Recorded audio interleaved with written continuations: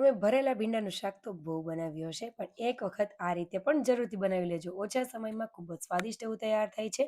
સાથે મેં પપૈયાનો સંભારો પણ બનાવેલો છે.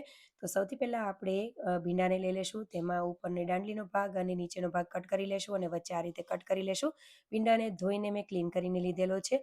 હવે ધાણા ભાજીને કટ કરી લેશું. એક મિક્સિંગ બાઉલ લઈ લેશું. તેમાં આપણે લસણવાળી ચટણી, ધાણા જીરું, લાલ મરચું, હળદર પાવડર, હિંગ પાવડર, સ્વાદ પ્રમાણે મીઠું, સારા એવા પ્રમાણમાં ધાણા ભાજી, શેકેલા શિંગદાણાનો ભૂકો અને સાથે તલનો ભૂકો છે અને થોડા આખા તલ, ગરમ મસાલો, લીંબુ, ગોળ અને તેલ, સિંગ તેલ એડ કરીને આપણે સરસ રીતે મિક્સ કરી લેશું.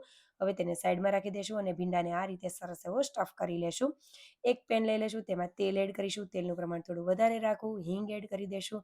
તેમાં ભીંડાને એડ કરીશું અને તેલ ઉપર કોટિંગ આવી જાય એ રીતે હળવા હાથે હલાવીશું.